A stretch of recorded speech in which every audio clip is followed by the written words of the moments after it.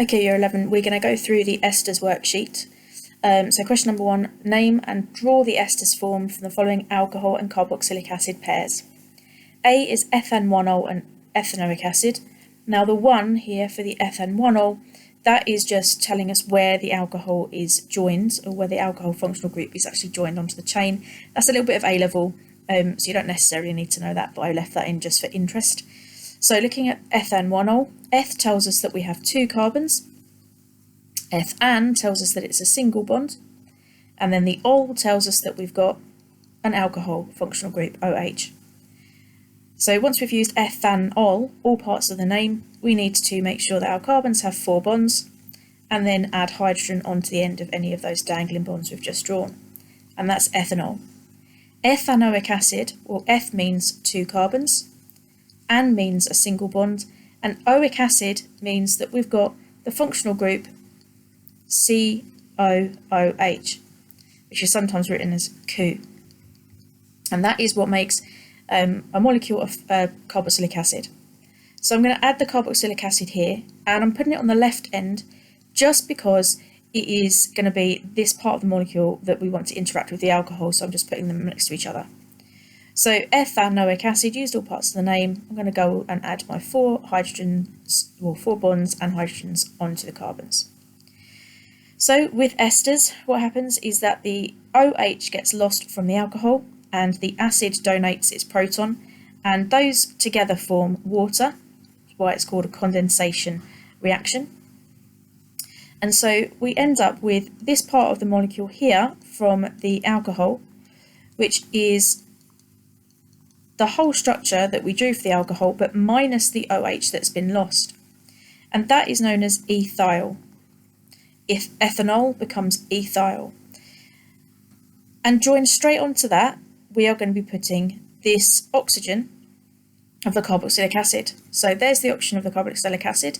It has a bond just here, and then has a carbon attached to it. That carbon has a double bond O, and then attached to that we have a carbon with 3 hydrogens. Now a carboxylic acid turns into a carboxylate ion, so ethanoic acid forms ethanoate ion when it loses this H off of the acid just here. So the ester that we have formed is ethyl ethanoate.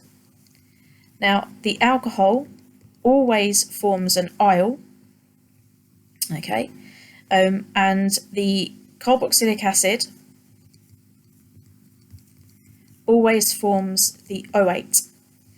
And if we were to split this molecule just here, we've got eth meaning 1, 2 carbons, and the yle means that we've just got this C2H5 part of the molecule with nothing attached to it in terms of O's or anything else. And then the ethanoate, again we have 1, 2 carbons, so it's eth, and the O8 always has the O's. So we can see here that the O's are joined to the carbon chain that I've got just ringed here, and so ethanoate always has the O's. O8 has the O's. So on to B, we've got propan-1-ol and methanoic acid. So alcohol first, prop tells us 1, 2, 3, propan tells us that it's single bonds, and then ol tells us that it is OH.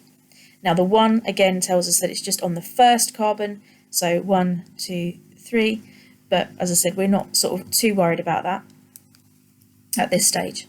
So I've got propan-1-ol, I'm now going to add my 4 bonds to every carbon, and then the hydrogens on the end, and that's propan-1-ol.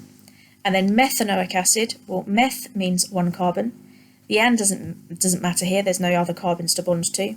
And oic acid, remember, is that COO group. So we have a C double bond O, and we have an OH, that's the C double bond O OH group, the COO group.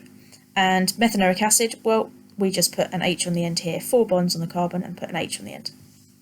Now again, we're going to be losing the OH from the alcohol and the H from the acid. And so joining them together, we're going to have 1, 2, 3 carbons from the propanol,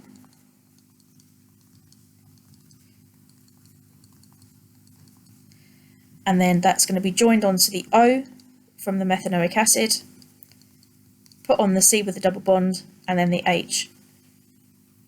So propanol becomes propyl, and methanoic becomes methanoate. And so that ester is called propyl methanoate.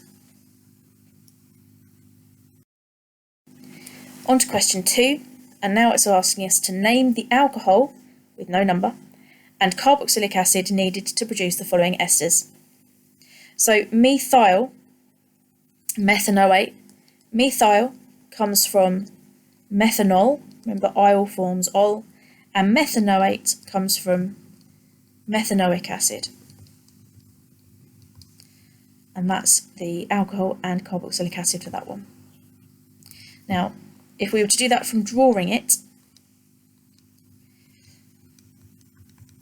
methyl methanoate would be this, and we always split it to make the sections the carbon chain that has both oxygens and then the carbon chain that doesn't have the oxygens.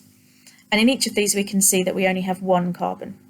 So this is the methyl section, and the bit with the oxygens is the methanoate section, one carbon in each.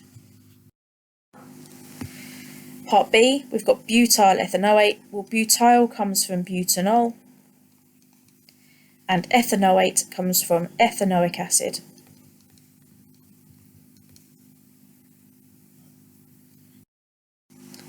Okay, and finally C, we've got this structure been given to us, and what we're looking for is the part of the carbon chain that has the oxygens on it. So here's an oxygen and here's the other oxygen, and the part of the carbon chain that has both oxygens is what I've put a circle around here. Now the part that has the O's, that is the O8 part of the chain, and that comes from the carboxylic acid. So remember, the O's are the O8, and that comes from the carboxylic acid, really important to remember. So what we've got here is we have 1, 2, 3 carbons in a row, and so 3 means that we need to call it prop. It's all single bonds, so it's propan, and it comes from the carboxylic acid, so it's going to be propanoic acid. And then the remaining part of the molecule is just this little section here. That comes from the alcohol, because there's no oxygens or anything on that. We've only got one carbon, so one carbon means meth, and because it was an alcohol, it's going to be methanol. So that's the answer for that one. If you have any questions, please let me know, send me a message, and I'll help if I can.